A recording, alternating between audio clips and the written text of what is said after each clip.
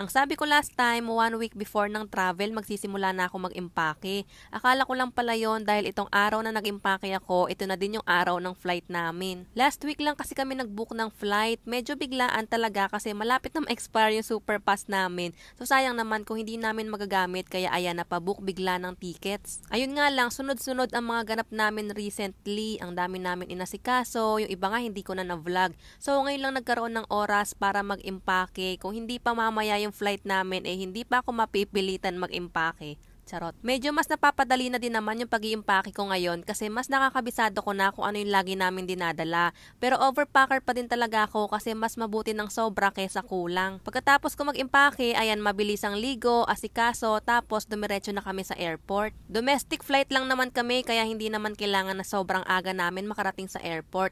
Saktong may enough allowance lang para hindi rin kami nagmamadali pagdating namin doon. Tsaka nakapag-online check-in na din naman kami at wala naman kaming ida-drop na luggage kaya dumiretso na kami dun sa boarding area. Pero hindi pa kami nagla-lunch kaya bumili na lang kami ng pagkain dito sa loob para makakain habang naghihintay. Delay din kasi yung flight namin kaya after kumain, pinatulog ko muna si Gray Gray kasi nap time na din niya yan. Few minutes pagkagising niya, nag-announce na din na open for boarding na tapos isa kami sa mga unang pinapasok kasi kasama sa mga priority yung may kasamang bata. Sakto din kasi excited na talaga si Gray Gray na makasakay ulit sa eroplano. Ayun nga lang pagkapasok namin sa loob, sabi ni Gray Gray gutom daw siya. Naku po wala kaming dalang snacks dahil naubos na niya sa sasakyan pa lang. Narinig nga ata kami nung nasa harap namin kaya binigyan niya kami ng biskwit. Sobrang thank you talaga kasi tinutopak na si Gray Gray. Paano ba naman kasi kanina pagising tinanong ko siya kung gutom siya, sabi niya hindi daw. Tas alam nyo ba, middle and aisle seat dapat kami pero yung passenger na doon dapat sa window seat,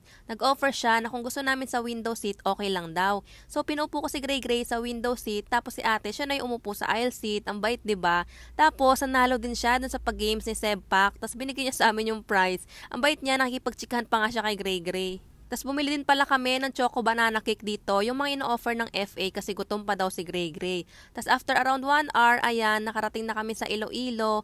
First time ni Gray Gray dito, tapos kami ni Daddy, pangalawang beses na namin to. Pero medyo kinakabahan na excited kami kasi panibagong experience to na may kasamang bata. Sumakay kami ng van papuntang SM City, 300 yung singil sa amin kasi may dala kaming maleta tapos si Gray Gray kandong na lang. Pagdating namin dun sa SM, nilakad na lang namin papunta dun sa hotel na tutuluyan namin.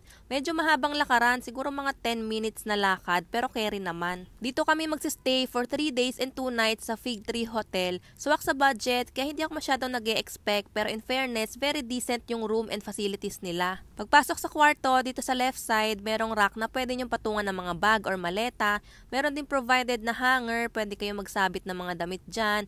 Tapos, meron na rin provided na tuwalya at dental kit. Tapos sa baba naman, meron pang space na pwede nyong paglagyan ng ibang gamit. Kami dyan namin nilagay yung mga slippers namin. Sa kabilang side, yung CR, maliit lang as you can see ang cute ng lababo. Pero meron silang bidet and may heater ang shower. As a lamigin person, perfect yan. Meron din silang TV and table, pwede kang kumain or mag-work dyan. Meron ding pitchel at baso kasi meron silang water dispenser sa labas, pwede kang kumuha ng tubig. Tapos eto na yung kama and may side tables din sa magkabilang gilid. Meron ding view dito, hindi ko lang mapakita ng maayos kasi madilim na. Pwede nyo itong i-book sa Klook, search nyo lang Fig Tree Hotel Iloilo, tapos gamitin nyo yung code namin na WIDA-TZN 5 off para maka-discount kayo. Nag-in-room dining na lang kami for dinner kesa lumabas pa kami at maghanap ng makakainan. Eto yung mga in-order namin, spaghetti meatballs, clubhouse with fries, tsaka chicken platter. In fairness, masarap yung mga food na na-order namin pero pinaka nagustuhan namin yung chicken. After kumain, nagpahinga lang kami kasi nakakapagod din yung biyahe.